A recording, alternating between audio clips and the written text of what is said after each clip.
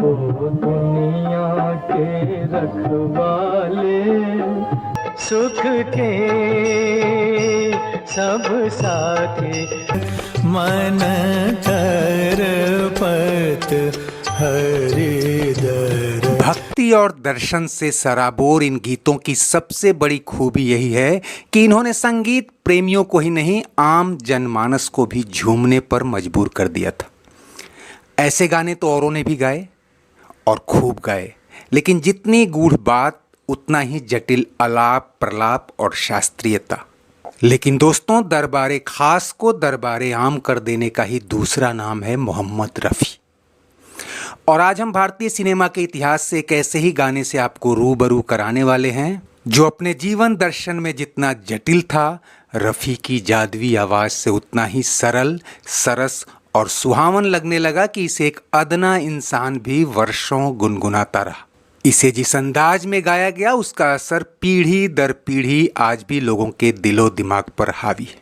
आज हम आपके सामने ये गाना इसलिए भी लेकर आए हैं कि इसे पहले तो एक मशहूर या कह लें कि कभी मोहम्मद रफ़ी से भी नामी और महंगे गायक से गवाया गया था, लेकिन जब संगीतकार को लगा कि इसमें वो बात नहीं आई जो आनी चाहिए, छलकनी चाहिए या एक तरह से लोगों के दिलो दिमाग में बहनी चाहिए, तो उन्होंने मोहम्मद रफ़ी का रुख किया और रफ़ी ने जो गाया उसकी छाप आज तक करोड़ों दिलों पर अमिट है।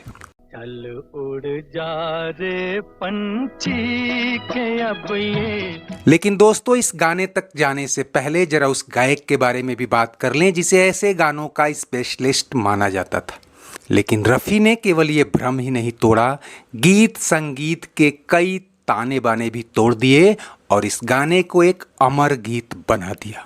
तलत महमूद, जिन्हें 50 के दशक में मखमली आवाज का जादूगर कहा जाता था, जिन्होंने गीत और गजलों की गायकी में अपना अलग ही मुकाम हासिल किया था। वैसे तलत उम्र में मोहम्मद रफ़ी के बराबर थे, लेकिन हिंदी सिनेमा में कामयाबी, पॉपुलैरिटी और पैसा रफ़ी से पहले हासिल किया। हुए हम जिनके लिए बर्बाद, वो हमको चाहे करें।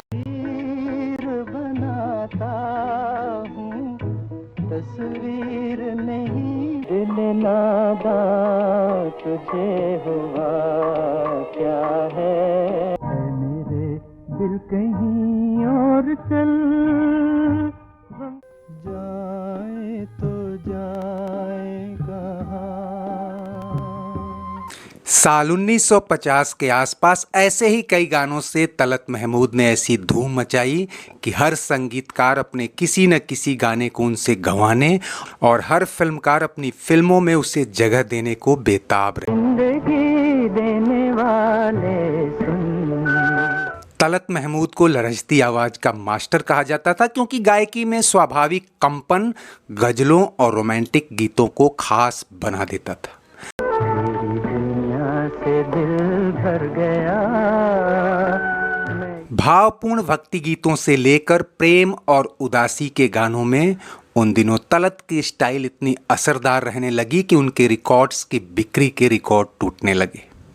तलत महमूद की सबसे बड़ी खासियत यह भी है कि उन्होंने गजल गायकी को क्लासिकल टोन से निकालकर हिंदी फिल्मों में पॉपुलर कराया और कमर्शियली हिट भी। लेकिन दूसरी तरफ तलत महमूद के समानांतर मोहम्मद रफ़ी एक अलग ही आवाज़, एक अलग ही स्टाइल और एक अलग ही नशा लेकर आए थे। और नौशाद की धुनों पर जब इस आवाज़ ने अपने जलवे बिखेरने शुरू किए तो दिलीप कुमार से लेकर देवानंद और शम्मी कपूर तक सबके सितारे इसी आवाज़ पर बुलंद होने लगे।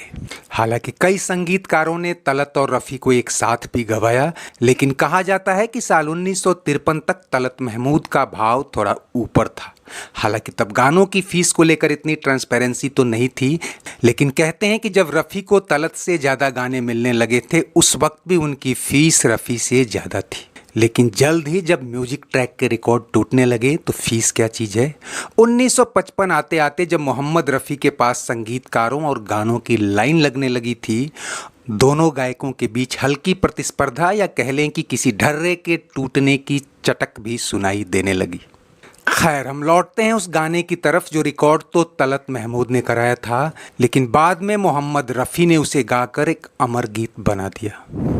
साल 1957 में आई फिल्म भाभी के लिए गाने रिकॉर्ड हो रहे थे। एबीएम प्रोडक्शंस के तहत बन रही फिल्म को डायरेक्ट किया था कृष्णन पंजू की जोड़ी ने और कहानी लिखी थी राजेंद्र कृष्ण ने, जो उस फिल्म के गीतकार भी थे और आगे चलकर कई कालजयी गाने लिखे।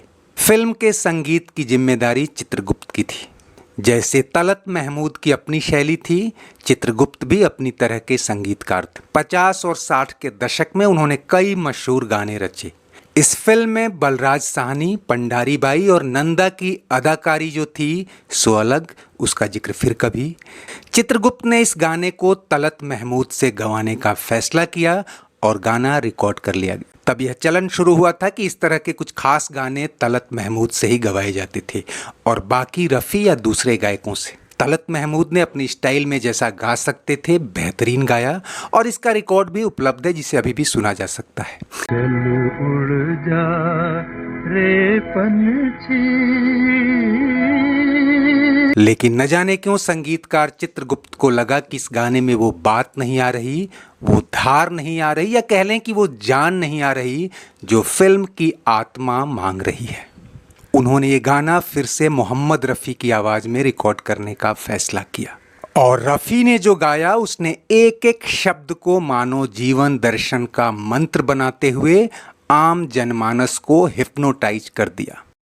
अरे पंछी के अब ये देश हुआ बेगान। ये गाना चार्ट बस्टर साबित हुआ और कई साल तक रेडियो पर गूंजता रहा। चल उड़ जा रे पंछी। राग पहाड़ी में रचे इस गाने को रफ़ी ने जिस मनोभाव से गाया, उसने आसान और हल्के शब्दों में भी मानो कोई जीवन रस घोल दिया था। भूल जा अब वो मस्त हवा। ऐसा लगा जैसे ये राजेंद्र कृष्ण का लिखा कोई गाना नहीं, बल्कि कबीर का कोई दोहा, मीर की कोई रुबाई या फिर भारतीय संत परंपरा की कोई कविता हो। भला उस बाग को पूछे हो ना जिसका माली। ये गाना आज भी भारतीय सिनेमा संगीत के इतिहास में कल्ट सॉन्ग माना जाता है। किस्मत में लिखा है जीते जी मर जाना। तो दोस्तों, इस गाने और इसकी सुनहरी यादों के साथ आज बस इतना ही। चलते चलते वीडियो लाइक और शेयर तो कीजिए ही, अगर चैनल सब्सक्राइब नहीं किया है तो वो भी कर डालिए। कमेंट बॉक्स में आपकी हर राय का स्वागत है। शुक्रिया, नमस्ते, आभार। रे पंछी के अब ये देश हुआ बेगाना।